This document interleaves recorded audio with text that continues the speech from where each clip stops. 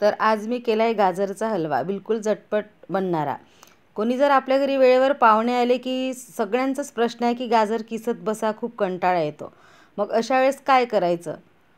तर झटपट होणारा असा कुकरमध्ये न गाजर किसता केलेला हा हलवा, किंवा कोणी नोकरी करणाऱ्या महिला असतात की त्यांना वेळ मिळत नाही, मग किसण्यासाठी खूप वेळ जातो, अशांसाठी हा झटपट बनणारा हलवा, ही रेसिपी पहा।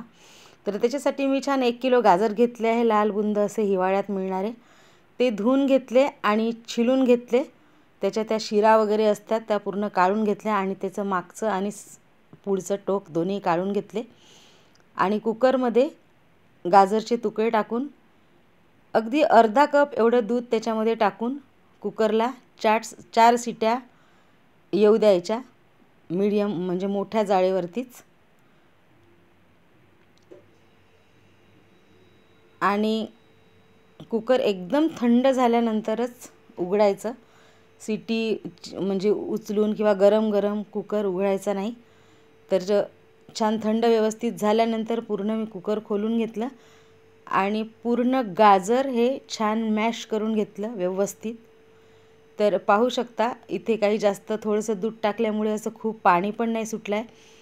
ते संपूर्ण मिश्रण पॅनमध्ये काढून घेतलं आणि पाणी त्याच्यातलं पूर्ण आटेस्तोवर त्याला छान शिजू देणार आहे गॅसवर पॅनमध्ये। लगेच मोठ्या जाळवर ठेवलं की पाणी लगेच पूर्ण कमी होऊन जातं आणि पटकनच आपला हा हलवा तयार होतो। तर पाहू शकता पाणी याच्यातलं कमी झालेलं आहे। त्याच्यात चवीप्रमाणे मीठ आणि मी गूळ घालणार आहे, याच्यामध्ये साखर नाही घालणार आहे। खूप छान हलवा झाला होता गूळ घातलेला। जेव्हा मी म्हटलं की मी गूळ घालून हलवा करणार आहे तर माझा मुलगा म्हटला, मम्मी गूळ का गं, नको। पण नंतर जेव्हा शिरा तयार झाला गाजरचा हलवा तेव्हा तो म्हणाला की मम्मी इतका छान झाला, मला तर विश्वासच नाही की गुळाचा आहे। आणि त्याच्यात 125 ग्रॅम मी खवा टाकून घेतला आणि व्यवस्थित पूर्ण खवा मिक्स केला। छान पूर्ण संपूर्ण हलव्यामध्ये असा खव्याचा फ्लेवर येत होता आणि इतका असा छान हलवा झाला की तोंडात टाकल्याबरोबर असा एकदम विरघळत होता आणि एकदम अशी खूप छान अशी तोंडामध्ये चव त्याची घोळत होती। विश्वास ठेवा माझ्यावर, एवढा सुंदर एवढा टेस्टी असा हलवा झाला। तर खवा पूर्ण मिक्स झालेला आहे आणि पाण्याचं प्रमाण पण पूर्ण कमी झालेलं आहे हलव्यातलं। व्यवस्थित हा हलवा तयार झाला आहे। शेवटी त्याच्यामध्ये 2 चमच तूप टाकलं। तूप शेवटी टाकायचं म्हणजे छान असा म्हणजे हलव्याला शायनिंग येते आणि असा रंग पण खूप सुरेख येतो शेवटी तूप टाकलं की। तूप टाकून छान मिक्स करून घेतलं। पूर्ण हलवा आपला छान तयार झालेला आहे, अजिबात पाणी नाही, खवा पण पूर्ण मिक्स झालेला आहे आणि असा हलवा आता तयार झालेला आहे। गॅस बंद करून घेते आणि बदामाचे काप, त्याच्यावर मी बदामच वापरले आहे, पण तुम्हाला जर अजून दुसरे ड्रायफ्रूट्स घालायचे असेल तर ते पण तुम्ही घालू शकता, पण मी इथे बदामच घातलेला आहे। बदाम घालून व्यवस्थित मिक्स करून घेतलं।